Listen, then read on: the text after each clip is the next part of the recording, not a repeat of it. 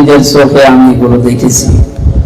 BDO অফিসে counter terrorism যে মানুষগুলো দায়িত্বে আছে, এদেরকে আমার এই রিমান্ডের যে 10 দিন ওরা তা করেছে, আমি এখন ওপেন বলছি এই কারণে এখন তো আর বাধা নেই। এদেরকে মানুষ বললেও গোনা, এরা আল্লাহর ভুল ধরে।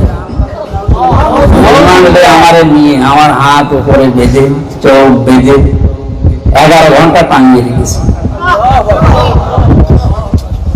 এমনকি আল্লাহর ভুল ধরে যে বিবাহ সংক্রান্ত যে আয়াতগুলো কোরআনে আছে, মেরাজ সংক্রান্ত যে আয়াতগুলো কোরআনে আছে, ওরা এই আয়াতগুলো পড়ার পরে দেখে না আল্লাহর এটা ঠিক হয়, আল্লাহর ভুল ধরে ওর ঈমান আছে। এরকম নাস্তিক, এখন টাটকা নাস্তিক মানুষগুলো, এই বেঈমান মুরতাদ মানুষগুলোকে দায়িত্ব দিয়ে রেখেছিলেন, যারা আজ এই জালেমের পতনে আফসোস করছে অনেকে যে না এটা ঠিক হয়নি, সবকিছু ছেড়ে চলে গেল। আপনি আফসোস করেন, আয়না ঘরের দৃশ্যগুলো দেখলে আপনার আফসোস না, আপনারও কান্না আসবে। অধ্যাপক মরহুম গোলাম আজমের সন্তান আমান আজমি ভাই কয়েকদিন আগে যে কথাগুলো বলছে আপনি দেখেছেন?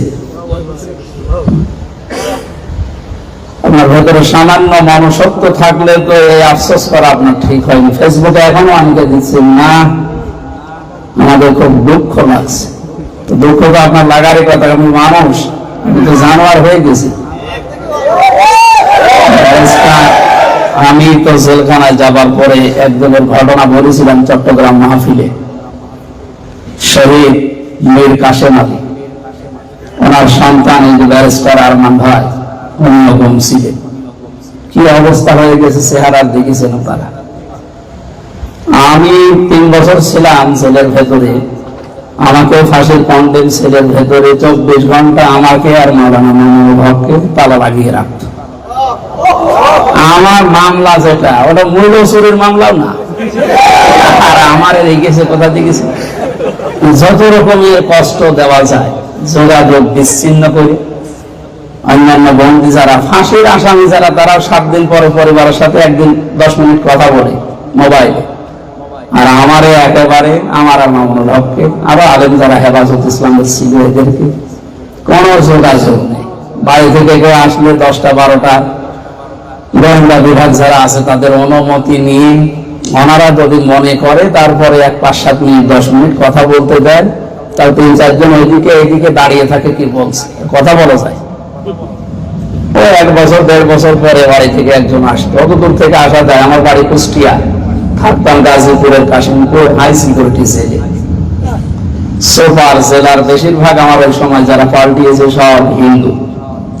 ও তো আল্লাহ রসুল বোঝে না, আর আলেম জালেমও বোঝে না। ওর যা উপর থেকে বলে ও তাই আচরণ করে। এখানে খুব কঠিন অবস্থায় রেখেছি যে আমি, এটা রেকর্ড হচ্ছে না, কালকে ছড়িয়ে দেবেন। আহ্বান জানাচ্ছি যারা দায়িত্বে এসেছেন বাংলাদেশে, এখন আমি এখানে আছি, এখনো পর্যন্ত 3-4 দিন তো কোনো কথা বলি নাই, অথচ কারা ফেসবুকে ইউটিউবে ছড়াচ্ছে যে সরকার এসেছে তাদেরকে ঘৃণা করেন, দেখতে পারেন। এখানে সত্য কথাটা ছড়াবে। যারা দায়িত্বে এসেছেন অবশ্যই ওয়েলকাম জানাচ্ছি তাদেরকে।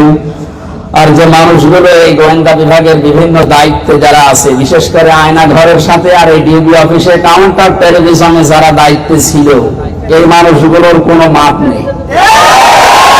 আমি নাম ধরে বলছি, বিশেষ করে কাউন্টার টেলিভিশনের প্রধান ছিল আসাদুজ্জামান। এটা মানুষ নামে একটা শয়তান, আমাকে আঘাত করার জন্য খালি বারবার আদেশ দিচ্ছিল রিমান্ডে। এরপরে এএসপি আতিকুর রহমান, এএসপি শেখ ইমরান হোসাইন, এরকম যে মানুষগুলো ছিল কাউন্টার ট্যুরিজমে, এদের দায়িত্বে এই 7 তলায় বহু মানুষ ঘুমছিল ওই সময়। চোখ বেঁধে আমার নিয়ে যেত, আমি আওয়াজ শুনতাম। কেউ 5 মাস 7 মাস 2 বছর 5 বছর ধরে, ও জানেই না যে এখানে বলতে কিছু আছে। আমার মাটির নিচে ঘরে আমাকে নিয়ে যেত, মাঝে মাঝে টাঙিয়ে রাখতো। সুতরাং এদেরকে অনেকে বলছে যে না মাফ করে দাও। কিসের মাপ? আপনি ওই অবস্থায় পড়লে আপনারও মাপ এই শব্দ বের হতো না। মক্কা বিজয় করার পরে ওই যে 11 জন না কয়জন ভাই 14 জনের ব্যাপারে বলেছিলেন যে এদের কোনো ক্ষমা নেই, কাবা শরীফের গিলাফ ধরে থাকলে এদেরকে মেরে ফেলা লাগবে।